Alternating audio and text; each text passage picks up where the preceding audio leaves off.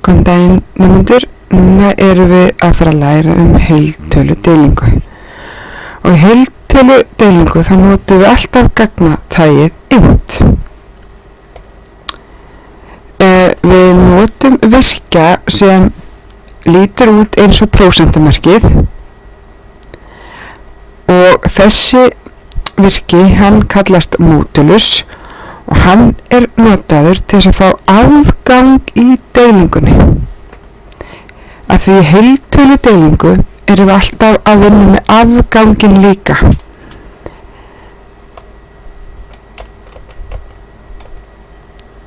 Og þegar við deilum í einhverju tölu þá kemur oft afgangur, til dæmis eins og 5 deilt með 2. Það er 2, eitthvað. Og við myndum fá það út ef við myndum nota doppul gagnatægið, en við viljum það ekki, heldur viljum við fá okkur heila tölu út. Og ef við notum til dæmis þessar báðar tölur eru int og við gerum 5 deilt með 2, þá fáum við 2 heila með venjulegu deilingamerki, en með módulusvirkjanum þá fáum við 1 út, því 1 er afgangurinn. Þetta er alveg svo við getum hugsað ykkur að við erum með kökusneiðar og við erum með 5 kökusneiðar og það eru 2 einstaklingar. Hvor fær 2 sneiðar en það er 1 kaka í afgang og það er þessi 1 sem við viljum vinna eitthvað meira með. Og það er módulusvirkinn sem skilar okkur afgangi í deilingunni. Og ef við notum þennan virkja, þá getum við unnið með afganginn áfram. Hérna sjáum við þetta bara myndrænt á dæmi.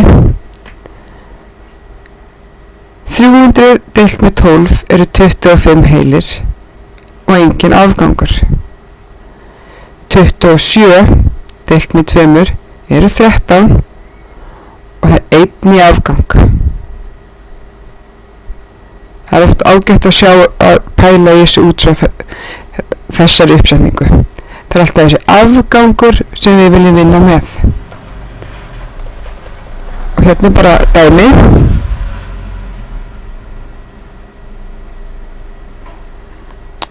Verð að segja okkur ef þið getur pröfað að slá þetta inn og eftir. Ef við erum 110 og deilum í hana með 10, þá er niðurstaðan 11. Ef við erum með töluna 100 og deilum í hana 8, þá er niðurstaðan 12. Og það er einhver afgangur. En hvað myndum við gera ef við vildum nota þennan afgang? Vinna eitthvað áfram með afganginn. Þá gerum við 100 módulus 8. Og þá sjáum við að afgangurinn er 4.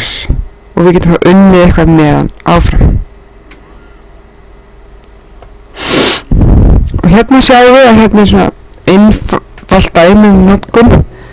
Þið getið pröfað að slá þessu inn sjálf. Og hérna sjáum við að við myndum slá inn einhverja tölu. Við ætlum að nota venjulega deilingu. Deilum í hana með 2. Birtum niðurstöðuna út hérna. Og nú ætlum við að nota módulusvirkjan og birta niðurstöðuna út hérna og þá sjáum við muninn og hvernig þetta virkar. Þannig að þið getið slegið þetta litla forrit inn og aðeins áttað ykkur á þessu betur. Hérna er þetta.